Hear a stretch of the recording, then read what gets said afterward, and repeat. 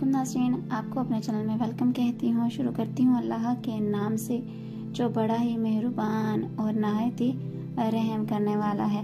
अस्सलातु वस्सलामु अलैका या रसूलल्लाह व अला आलिका व सहाबिका या हबीबल्लाह।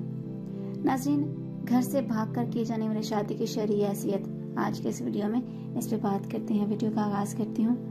उम्मुल मोमिनीन आयशा रज़ी अल्लाह ताला अन्हा कहती हैं कि रसूलुल्लाह सल्लल्लाहु अलैहि वसल्लम ने फरमाया, जो औरत अपने वली की इजाजत के बगैर निकाह करे इसका निकाह बातिल है, उसका निकाह बातिल है, उसका निकाह बातिल है। नाज़रीन, इस बात की वजाहत कर देती हूँ कि औरत का बाप इसका वली है।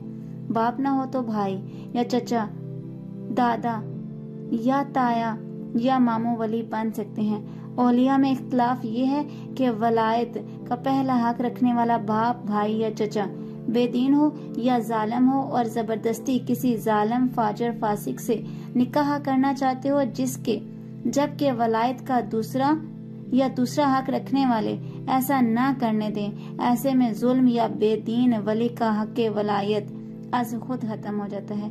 फिर गांव की पंचायत या शहर का दीनदार हाकिम या शहर की अदालत अपना हक वलायत इस्तेमाल कर सकती है।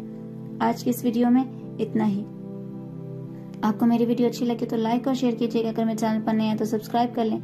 साथ वाले बेल के आइकन को क्लिक कर लीजिएगा ताकि मेरी हर नई आने वाली वीडियो की अपडेट आप तक पहुंचती रहे।